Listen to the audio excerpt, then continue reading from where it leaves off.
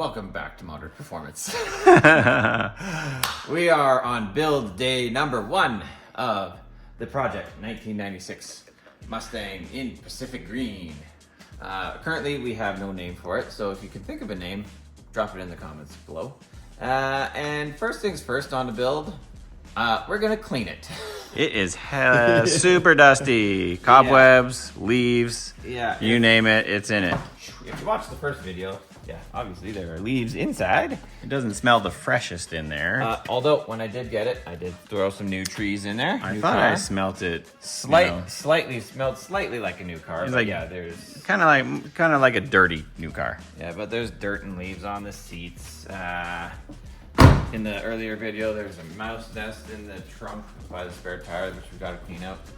And before we actually start working on the car, I want to clean up the engine bay because like these panels here, that's all. If we clean that up, it'll look so much nicer when we put the engine in.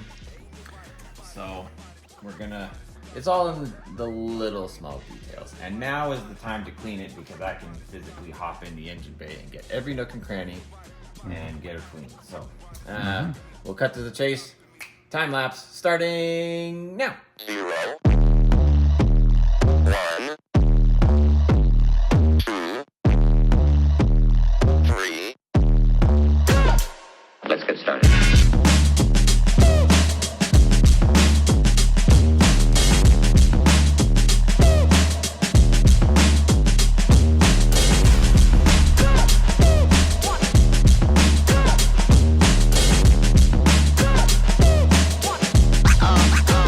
Real good.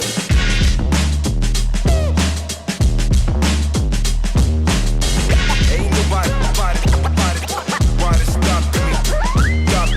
Ain't nobody want to stop me. Ain't nobody want to stop me.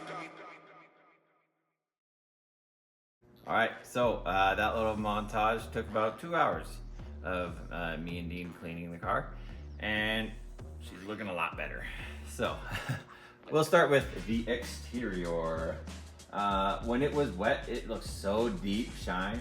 I wiped it down with some soapy water, and then Dean followed with the Wizard's detail spray, and it looks pretty darn good. I think we'll have to do a little bit more washing and detailing, but it knocked all the dust off of it. It came out pretty all right. I definitely like this color.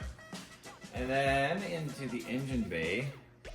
It might be hard to see because it's not really a gloss. The paint's kind of dull in the engine bay. There's not a lot of a gloss finish, but it turned out pretty darn good.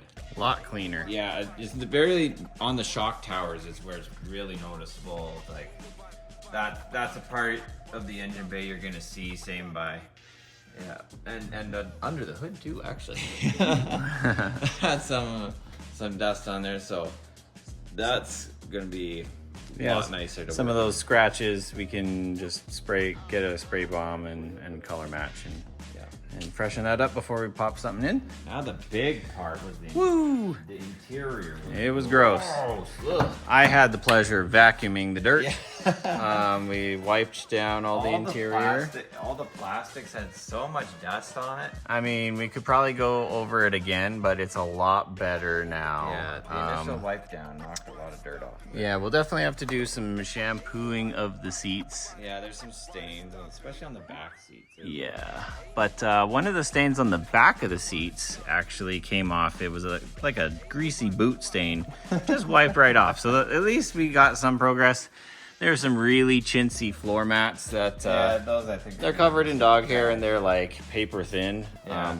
They probably came out of a dollar store, so they will they'll go in the garbage because no sense cleaning those. And then in the trunk.